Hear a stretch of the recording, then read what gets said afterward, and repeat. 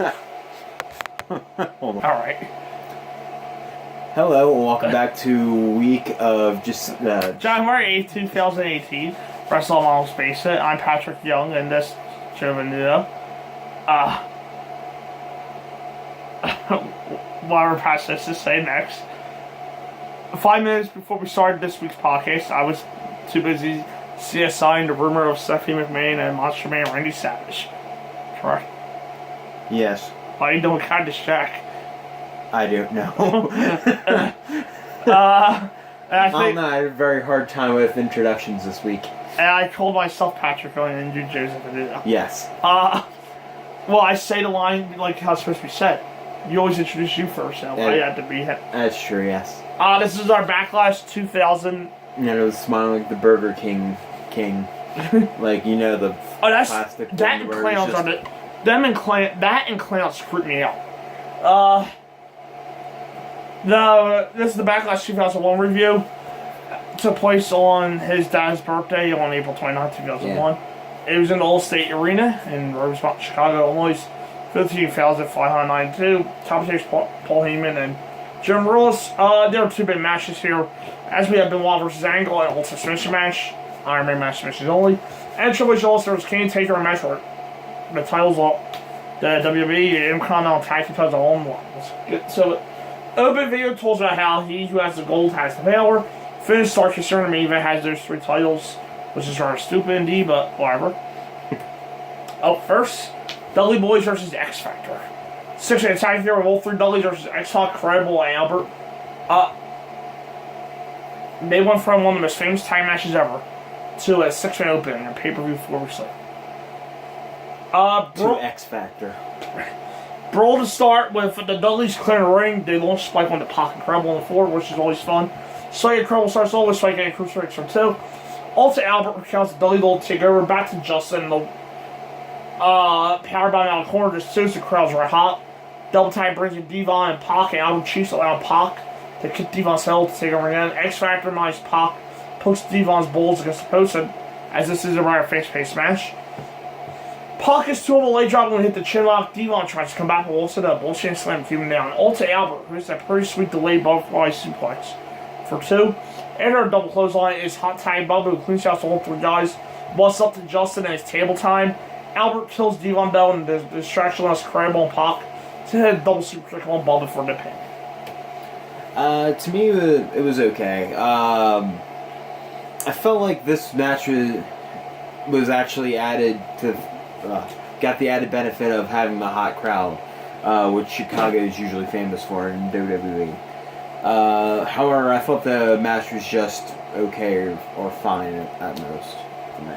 It was a pretty solid opener, some fast-paced stuff. They got the crowd to the show. This is Chicago, so it's not like it was that hard. And the end of work, nothing wrong with having heels win the openers. The match was good enough to get the fans over it. Also, lack of feud prevents the whole emotional damage of the Dudleys losing a month later to X Factor and TLC. Yeah. I gave it a C. Yeah, B minus. Chicago helps. X Factor tries to put Bubba for a table, but due to the laws of wrestling, Pac goes for a win. The Duchess of Queensberry, a guy dragged, is here for a match later. No, it was a lady. It was like a guy.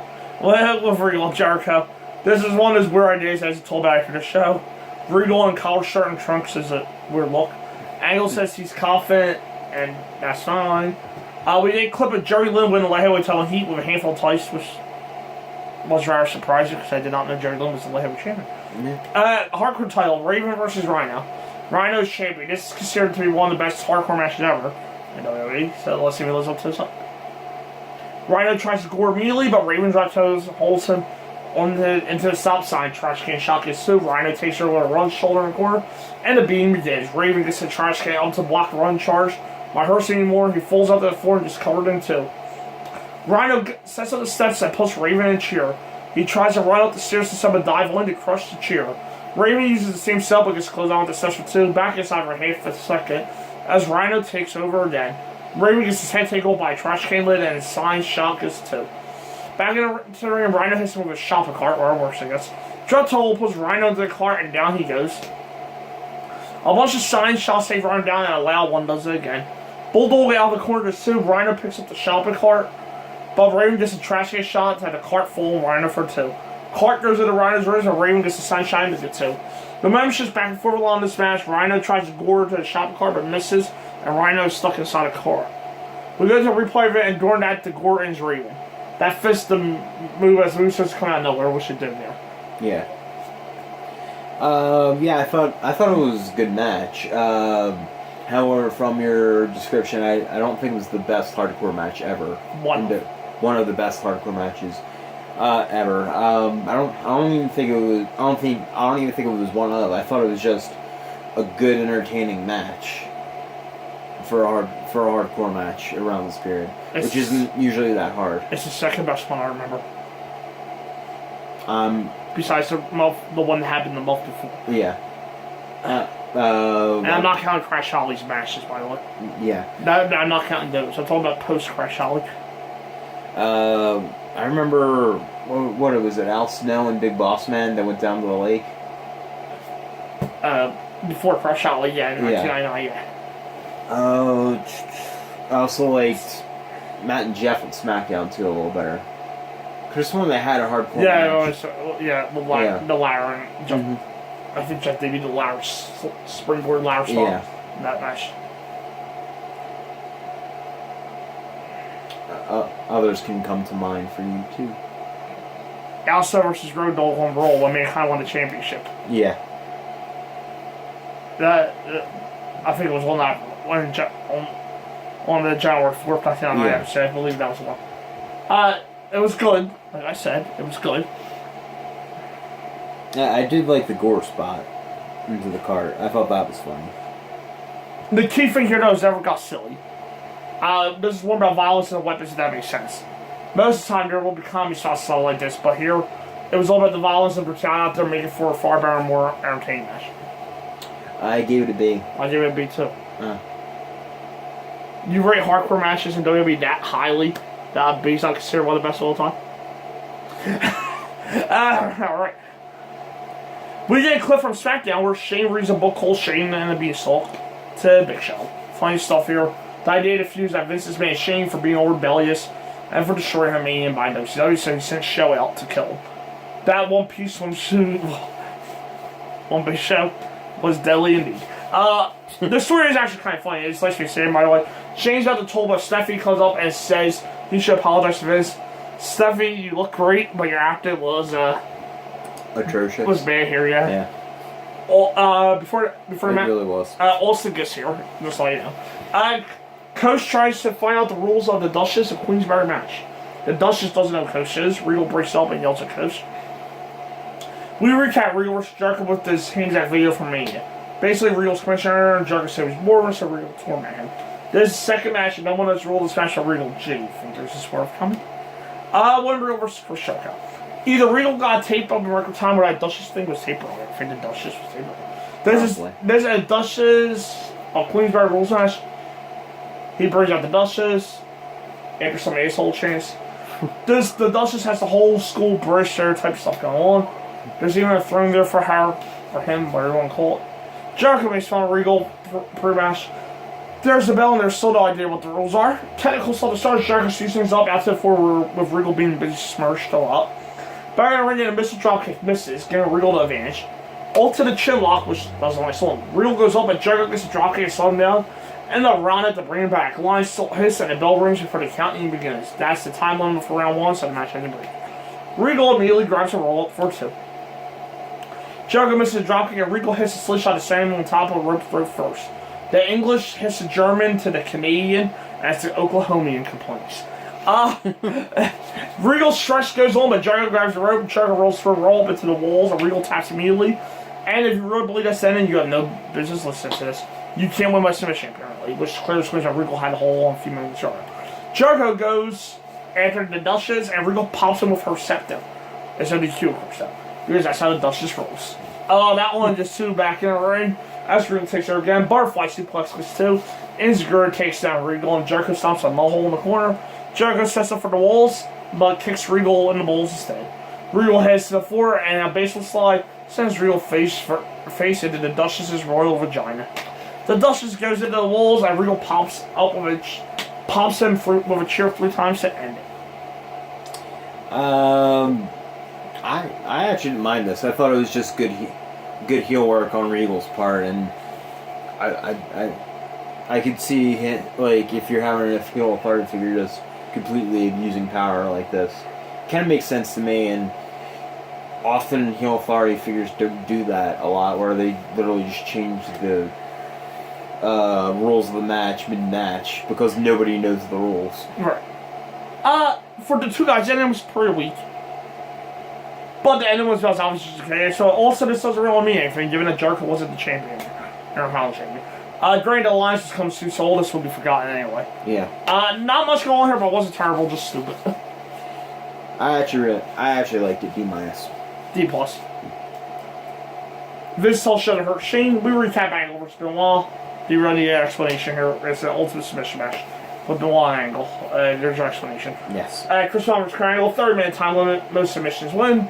Angle says Chicago's full of fast slave pigs and need winners. He made a song to say, which is kind of funny. There's a 30-second rest period between falls. Anderson Phil out, so sorry. Angle takes the mat, and Benoit's a little cool with that. Angle lock doesn't work, so Kurt has to think for a bit. This is going to be a little one. The clock is on the screen the entire time. Back in the ring, Angle takes Benoit down, which gets him nowhere. Back to the mat again, this time to the floor.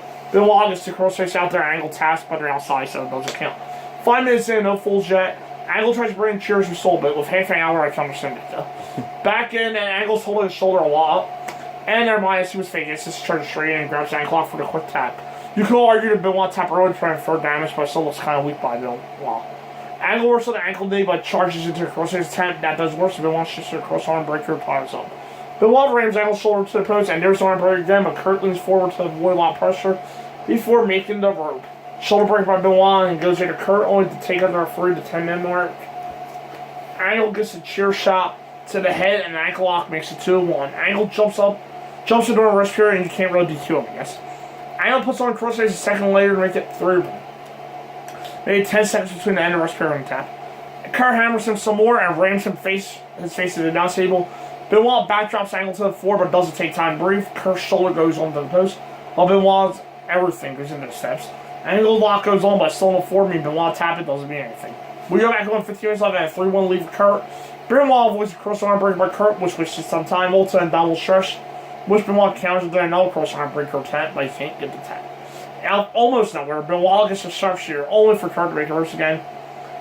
A German is countered a half-line tamer by Benoit. He used it before Jericho in WCW. The half-line tamer. For a top to make it 3-2. Kurt has the floor and decided to play defense. Benoit catches it pretty easily, sending it to steps. Kurt tries to run down and the fans are to throw the hole, with 10 minutes to go. Angle catches Benoit. Come in and they slug it out a bit. Benoit can get back in for a bit, and Kurt stomps him when he does. Angle has a snap suplex inside, keeps trying to run ankle lock. Out to the floor then, they chop it out, back in, and Benoit gets a dragon screw, but can't hook the ankle. Benoit misses a drop kick, and Angle walks in some freaky looking hole before going for a chin lock. 5 minutes left as Benoit gets his arm up just for a third drop. With 4 minutes left, Benoit breaks the hole with a shoulder breaker, and never mind, Kurt takes his head with a clothesline. Belly to belly by Kurt, which is scary considering on how long they've been out there. Yeah. Another hit with 3 minutes left. Benoit manages to grab some Germans, but gets reversed into an ankle lock, which he just reverses into an ankle lock with Zoom. The title with 3 we just had 2 minutes ago. The clock keeps running down during the 30-second rest. Chop block and Benoit 1:20 to go. Minute left as German time again. Low blow by Kurt. Breaks out, and the ankle lock is broken quickly. Angle locks. Goes on fill with 8 seconds left, and we're done. Benoit taps at the belt, ends in a draw. Just like in '96, though, with Sean Brent, it's time for some overtime. But first person wins it. If it continued, though, why wouldn't the tap just after the bell have ended? Just saying. Because they have to decide what's happening. Well, clearly we know it's continuing. Angle hammers him, and the fans aren't thrilled with him. They go to the mat, Angle grabs him down and stretch down there. There's a crossface out of nowhere, and Angle taps for the ending, like Benoit was losing and sudden death. Now, I don't know why I put that card. It's the wrong match. Okay. Go ahead. I did like this match. It was my favorite match of the night. Yeah, they're great submission technicians. I'll give them all the credit in the world for that. But I think taking pins out of it, I think sort of handcuffed them a little bit. Like, there was only really so many ways to end the match, or so many ways to get a fall. To me, Right. it wasn't bad. I thought they told a great story. I just felt like they have better matches later on. I think I also liked the Mania match a little better as well. But still, it was a good match and match of the night for me. It was actually for me as well. It was entertaining, but the main idea of Benoit versus Angle is all about having them go back and forth on the same counters until one of them finally is calling something. That was taken away here because of the breaks too, and it brings the match down a lot. To be fair, it's still good, but by comparison, it's definitely not as good as their usual stuff. Yeah. I gave it a B+. I gave it an A-. That's what I mean. It's not as good as their usual stuff. Yeah. Their usual stuff's like an A+. Yeah. Royal Rumble 04, right? 03, yes. 03. I wasn't in person for that match. Oh. Sorry. I would love to be in person for the Triple H Scott Steiner match though. Yeah, you were there for that. No, was it? I know you weren't. I was there for Triple H for Shawn Michaels last year. That's right, yeah. Thank God. Taker's made a king, but we can't hear them. Triple H and Stephanie are watching, so they're coming up with excuses for tomorrow. We recapped Shane vs. Show, which we've been on a roll race, so I'll spare you from repeating it. Bishop vs. Champagne. Shane hits the ropes a few times before Shane. Show his the ropes a few times before Shane comes out. Shane comes out to Here Comes the Money here. He has that stupid book with the fade one with him also. Shane hides on the ring and pops out a counter stick to get some solid shots. Big old clothesline takes him down though, and we head back to the ring. Shane gets some solid chair shots, finally takes the show down. Shane goes to the floor in just a bag. He pulls his surgical mask on and some gloves before grabbing a rag to pull over Show's face. This works for the most part. Show goes down to his knees, now down to his stomach. The fans are completely behind Shane here. About 5, Vince runs down, pops Shane with a chair. Show, over the genius, pulls Shane up at about 8. Final cut, push Shane down again as we wait around more while the referee counts. That's a large portion of most X-Men Shane matches, and it takes too much. It takes too much most of the time. Show picks him again, drops out a chokeslam and picks Shane up again, despite Shane being mostly dead. Torture rack goes on, but here's Test to panel Show. They had a thing on SmackDown, so this works. Show beats him down also, and the big man goes to the floor. Up towards the stage, and Test gets his weapon shots to slow him down a bit. Show beats him some more, here comes Shane dead. After some side shots at Shane, Show finds a pipe from somewhere. Shane climbs the set to escape, and Show goes after him. Test pulls him down, beats him up, allowing Shane to hit a huge dive, as in literally 25 feet or so. To crush Show. With an elbow, Test holds Shane up with a boom mic, and we're done. That spot was insane. Beyond belief. Boom camera. Yeah. Boom camera, I mean, yeah. Yeah. Yeah, well, it was pretty insane. It's actually one of his SummerSlam classics. I think he did it twice at SummerSlam. He fell off of it once. With Steve Blackman. Yeah. Mm-hmm. Maybe thinking of something else there. Probably this one. But the SummerSlam one did feel a lot taller. Oh, definitely. What he fell off of. However, I thought this spot was really good. The match,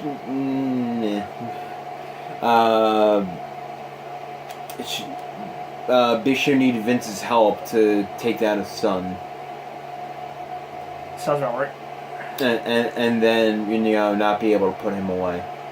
I'm not actually a big fan of that idea. I'm also not a big fan of the chloroform and a last man standing matches. It's kind of smart, but it's more of a heelish tactic, I would think. You can only get on Shane so much for these, but the whole thing is basically Show beats on him. Show picks him up, repeat. That took 12 minutes somehow. The big spot was cool, but I didn't really say the match. Also, replay Show and I totally missed. That helped. I gave it a C. See. Vince is ticked off about Shane, so Stephanie gives a barely scripted speech to chill him out. Vince declares Triple H his only son. Steve Blackman is at WWF New York and is impressed by the big dive. Grandmaster Sexay pops up to make me want to go nuts. Go nuts. Yeah, I don't like Grandmaster Sexay without this guy too high on the t-shirt. European title, Matt Hardy versus Christian versus Eddie Guerrero. Matt is champion, having beaten Ace sometime between this show and Mania. Apparently it was 3 days ago. Good enough. Matt fights off a double team to start, and that doesn't last long at all. Matt tosses it forward, so Christian jumps at as a result. Power Slam is 2 for Canadian. A stands for Rana and Power Slam Christian a bit more. Matt back in, now everyone's down. Matt takes Christian down to close on 2. A's off somewhere, probably. I don't know what A was looking for at this point. He was just out. He didn't get knocked out. He was just missing the match. And he pulled back to the floor. Only for both of them to be taken down by basic slam by the Canadian. Matt gets to 290 on the floor, but is pulled back in by A, who hits the brainbuster for 2. Matt did his match shirt. The teenage girls scream. And guys too. Yeah, the Hardys did. The Hardys got that a lot. Yeah. Christian stays back from taking down Rana for some reason. And Matt drops Christian on the Guerrero. Matt takes over, and Christian accidentally takes out A. Mill rope leg drop gets a big pop, and close 2 on A. Edge pops out of nowhere to spear Matt. And Isle tosses it back in for 2 for A. Edge gets in, but here's Jeff to cancel him out. On prayer to A. Jeff mostly misses a swanton breakout. Twist of Fate ends Christian, and Matt retains. This honestly just felt there to me. It really wasn't anything special, which is kind of sad to say. Especially with Eddie, Christian, and Matt in the ring, I felt it could have been much better.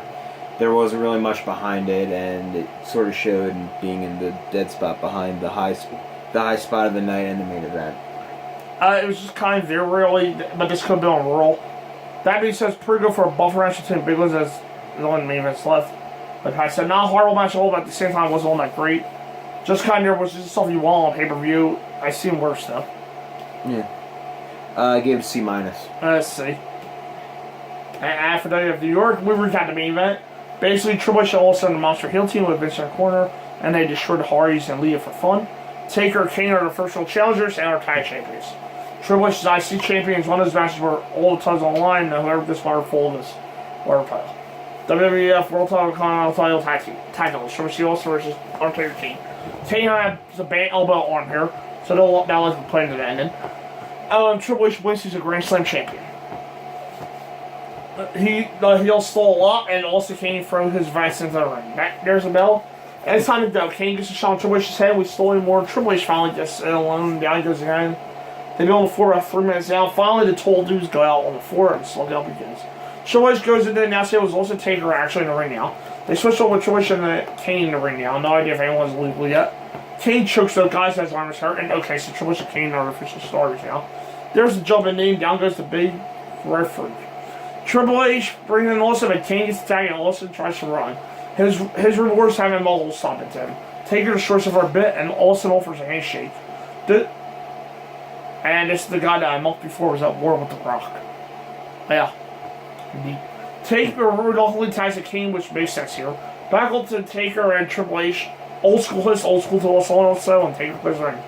The 2-man power trip try to leave, but Kane makes the stop. Back in the ring, Triple H breaks in the last ride. Double hold is stomped into Taker in the corner, and we head to the floor again. All starts to Taker now in the ring and makes that Triple H instead. The challenge is kind of tight in and out rather well. Taker fights out and gets to detail Triple H, but won't tag. Not can't, but just won't. Also has a fast press, but the middle finger elbow is caught in an attempted chokeslam. Triple H has to say that Taker gets a double clothesline, but all 4 guys down. Kane ties himself in and hammers on Austin. Another chokeslam is broken by Triple H. And Kane avoids a stunner. Triple H trying to waste some work on the arm. This is kind of a mess. At this point, Austin gets a chill shot at the arm, and it's an arm bar in the ring by the game. Kane's face is pounded on a bit more, but Kane reverses to pound Austin a bit more. Cholo makes another series, keeps seeming like this is a handicap match rather than a World Tag. Top first lock goes on, which Kane fights Alf again. Triple H gets to the floor where he's able to break up a tag. Austin comes in, stands tag, and he and Kane botched off him badly. It looked like it was just a close on, but Austin didn't go down or anything like that. Triple H tried to come up the top, but Kane gets a foot, but still can't tag out. He picks up Kane's leg. Kane looks like he's sent for his girl, but he just hops on the wall, and Triple H takes him down. Pedigree headset. Yeah, I remember thinking that was awkward. He was just, and Triple H just was like, stop it. Triple H tags out for no apparent reason. During confusion, Taker comes in and chokes on Austin. Stuffy distracts Hammer, so he shoves her down and counts 2 on Austin. Kane has things great this time, which makes you think they blew the spot earlier. The referee goes down for a bit and doesn't see the hot tag Taker.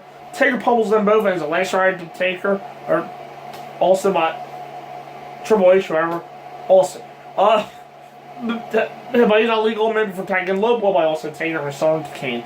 Taker also brought the crowd Choice gets a tag title belt only to get kicked in the face. Cho sends laid out, but Steffi comes out only to get kicked in the face also. Vince runs in with a sledgehammer with Triple H gets a pair of shots of Kane one in the head for the tag titles. Yeah, for considering who's in the match, I wasn't a big fan, to be honest. It just felt like it was mostly just Triple H and Austin posturing on King's arm.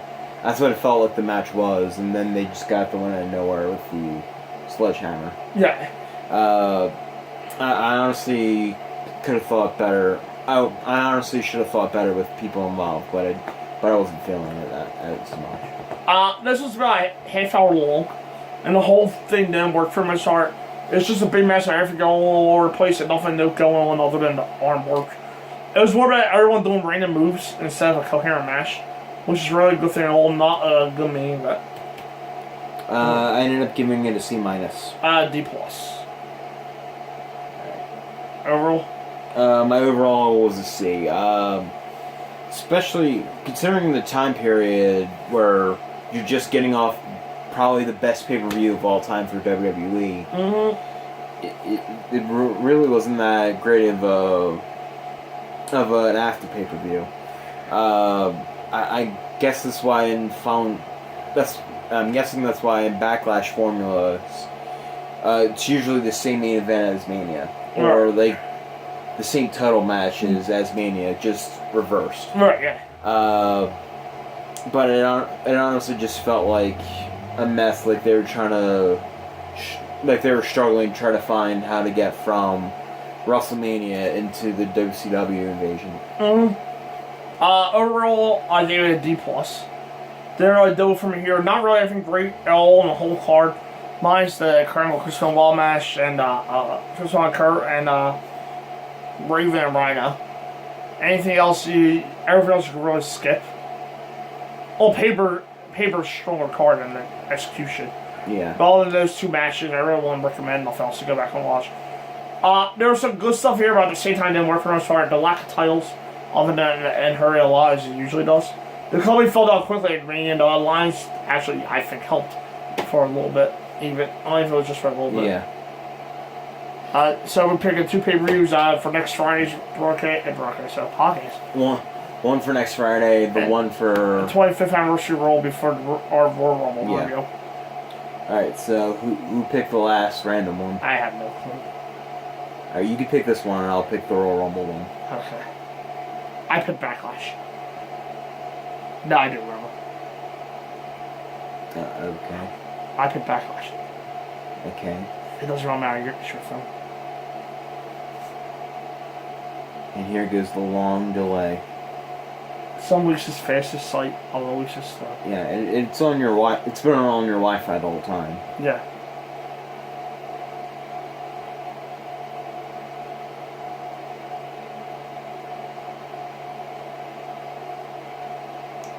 Bash of the Beach 1995. Hulk Hogan defends the WCW World Title against Vader in a steel cage match. Macho Man Randy Savage faces Ric Flair in a lifeguard match. Oh, this card don't sound bad. I believe this also takes place on a beach. WCW hits the beaches at California to present Bash of the Beach in 1995. Hulk Hogan defends the WCW World Heavyweight Championship against Vader in a steel cage. Macho Man Randy Savage faces Nature Boy Ric Flair in a lifeguard match. Harlem Heat, the Nasty Boys, and the Blue Bloods compete in a triangle match for the WCW Tag Team titles, plus Diamond Dallas Page, Sting, and much more. Does not sound that bad. Alright, now here's how we're going to do the Rumble. Since Rumbles, there's been 30 of them. We're going to ask Google to pick between 1 and 30. Since I picked Bash at the Beach, you can do the honors. Okay. Okay, Google. Pick a number between 1 and 30. Not 3. It came up We're doing this again.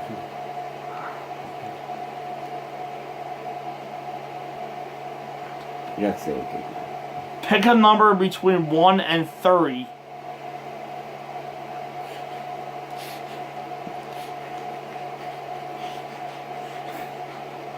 Pick a number between 1 and 30.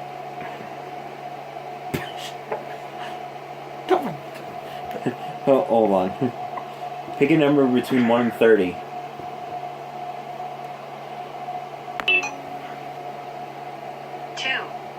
Two. So,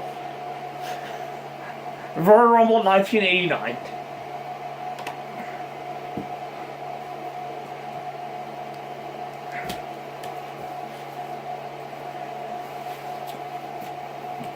Which includes the Hart Foundation and Jim Duggan versus the Fabulous Rougeaus and Dino Bravo.